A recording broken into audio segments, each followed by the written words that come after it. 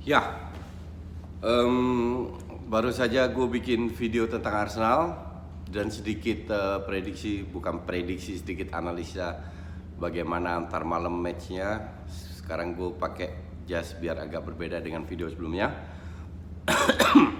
Gue lagi di beIN Sport, antara siaran Real Madrid dan ATM, tapi semoga dengan video ini bisa gue sedikit memberikan gambaran tentang Chelsea. Tadi sudah gue bahas di video Arsenal betapa terseoknya Arsenal sekarang dengan begitu banyak masalah. Sekarang Chelsea pada saat Sarri masuk terjadi bisa dibilang banyak perubahan, tidak dari sisi pemain tapi lebih dari sisi cara bermainnya. Dengan 3-5-2 yang selalu diterapkan oleh Conte berhasil menjadi juara. Waktu itu harus diakui bahwa Chelsea bermain luar biasa, sangat klop, tidak ada yang nyaris tidak ada yang cedera, nyaris tidak ada yang suspend, sehingga mereka layak menjadi juara dua musim yang lalu. Dan musim lalu Conte ternyata dipecat.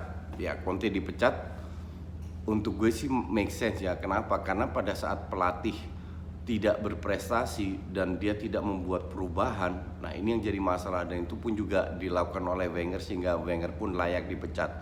Seharusnya pada saat seandainya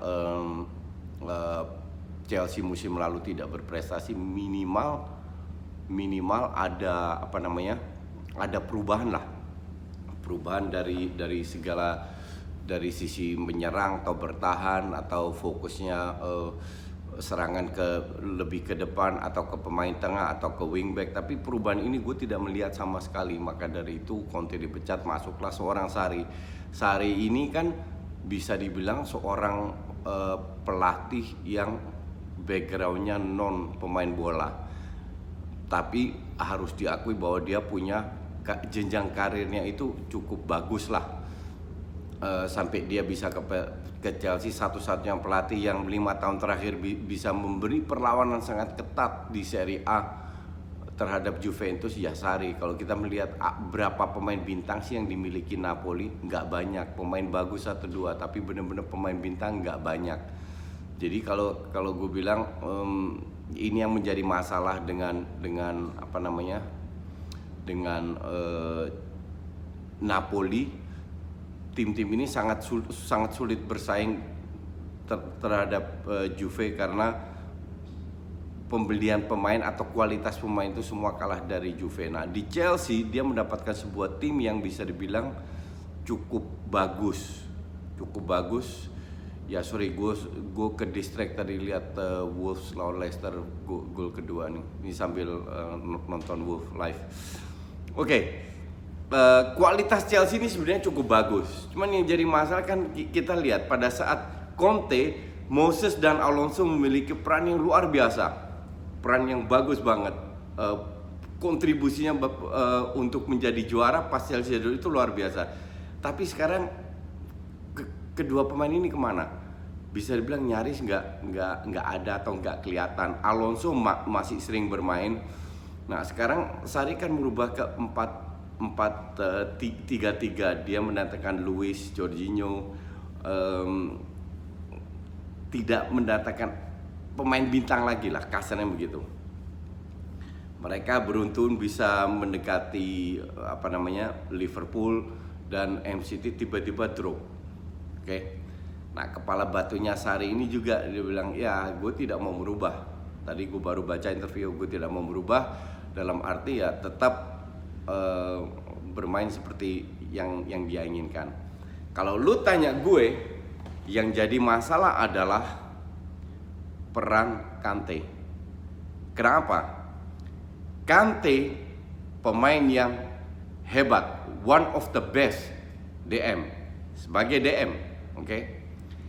Kalau seandainya Chelsea bermain dengan 2 DM, Jorginho, Kante, di depan seorang Hazard atau Fabregas, nggak ada masalah. Yang jadi masalah kan sekarang dengan tidak performnya 2 striker itu, Hazard menjadi false nine, Fabregas dijual, Kante seringkali digeser sebagai attacking midfield. Dia selalu bermain dengan 1 DM. which is Jorginho, ditambah dengan Ross Barkley atau Kovacic. Ya, sorry to say, Kante itu bukan nyaris nggak bisa cetak gol. Dia baru cetak 1 gol dan seumur-umur itu bukan kekuatan dia untuk mencetak gol. Bahwa dia bekerja keras, punya kontribusi iya, tapi kontribusi dia sebagai DM yang membantu serangan dan sekarang sebagai AM, attacking midfield, itu sangat jauh berbeda. Disitulah yang menjadi masalah. Apakah Jorginho bermain jelek? Enggak juga. Tapi untuk gue, Jorginho sebagai DM tidak bisa bermain dengan satu tim dengan Kante kalau seandainya si Sarri ini ingin bermain sangat ofensif. Kecuali Sarri yang bukan Sarri, mereka lagi unggul 2-0 lawan tim besar, lagi 2-0 terus ingin bertahan, baru bisa memasang Jorginho dan Kante sebagai 2 DM. Kante geser lagi ke belakang. Nah, pemain tengah ini yang jadi masalah di Chelsea. Salah satu masalah pertama ini pemain tengah. Kenapa? Seorang Ross Barkley yang di Everton aja di bangku cadangkan, jarang menjadi starting line up, itu bisa dibeli. Dan sekarang udah 2 tahun kalau nggak salah dia di sini ya, terbukti is nothing. Nggak, sekali mungkin dari 10 match dia main sekali bagus. Kovacic di Inter cadangan, di Madrid cadangan, bisa dibeli. Ya gue nggak ngerti. Gue masih beranggapan bahwa Chelsea di bawah Abramovich ini adalah tim besar. Tapi kalau membeli pemain-pemain kayak gitu ya gimana nggak terseok-seok gitu. Terus mereka nggak beli striker, hanya Giroud dan Morata. Come on, I mean dari bertahun-tahun orang dari Giroud di Arsenal tuh udah bilang ini pemain bapuk. Mau dia jadi juara dunia pun dia cetak 0 gol di itu loh, di Piala Dunia. Jadi pada saat Sarri menggantikan 2 striker dengan seorang Hazard false 9, that's good. Willian ditaruh di sayap, Pedro ditaruh sayap. Kalau mereka senang nggak cedera. Nah, yang jadi masalah ini kan siapa yang memberikan end passing? Apakah Kante, apakah Jorginho, atau Kovacic, atau Barkley? Dan gue tidak melihat pemain-pemain ini bisa, kecuali Hazard turun ke belakang, Pedro dan Willian bisa masuk ke depan. Tapi berapa gol yang sudah dicetak Willian dan Pedro kan nggak banyak. Nah, ini yang jadi masalah dengan Chelsea, terutama kalau gue bilang mereka tidak terlalu sedikit memiliki pemain kreatif di lini tengah, dan itu harusnya bisa dimanfaatkan oleh tim-tim lain. Kedua, cara betapa kurangnya mereka memiliki seorang striker. Sampai beberapa kali terakhir mereka mendatangkan seorang atau memainkan seorang Odoi. Malam Mbak Bona bikin video Chelsea buat ntar malam biar langsung diposting. Odoi. Jadi kalau bisa juga bermain dengan Odoi, Hazard dan Pedro di sayap, Willian di tengah. At least Willian masih memiliki kreativitas. Ditambah Kante dengan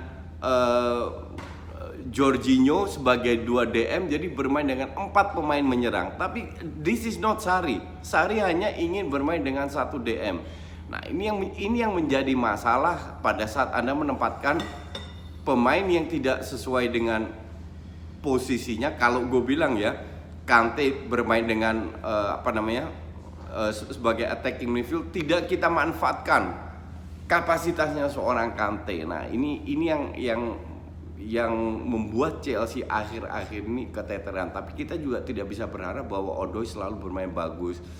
Terus ada pemain yang jangkung itu siapa itu namanya, jarang bermain juga. Jadi banyak masalah yang dihadapi oleh Chelsea, terutama lapis 2 yang memadai, yang bisa masuk menggantikan setelah Fabregas dijual. Mereka nggak banyak lagi. Tapi beruntung dengan blunder-blunder yang dilakukan oleh David Luiz, beruntung mereka masih punya kiper yang hebat.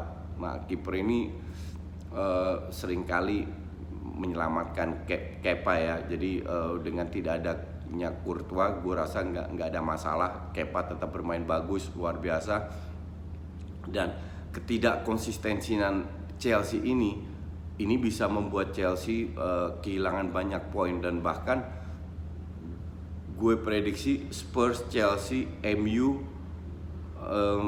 mungkin Arsenal yang harus bersaing, yang akan menjadi ketat persaing untuk sisa 2 di tempat di Champions League, karena 4 tim ini yang tampilnya tidak konsisten. Setiap tim memiliki kekurangan-kekurangan yang tampil selalu konsisten bagus. Lapis 1 dan lapis 2 kan praktis hanya Liverpool dan City, walaupun 3 match terakhir Liverpool bermain sangat buruk ya.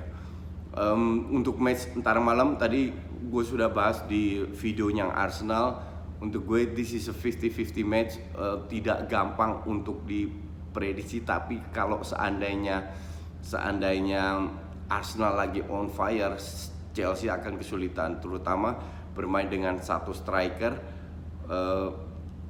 Chelsea di belakang yang koordinasi antar center back atau antar pemain belakang 4 ini kalau gue bilang masih agak kurang, jadi gampang sekali dimanfaatkan oleh pemain Arsenal, seperti kita lihat di match pertama di mana Arsenal tertinggal 2-0 akhirnya 2-2 dan kalah 3-2. Tapi di sini membuktikan bahwa Chelsea memiliki celah, terutama dari koordinasi dari zona defense ke man to man defense, itu yang bisa dimanfaatkan oleh Arsenal.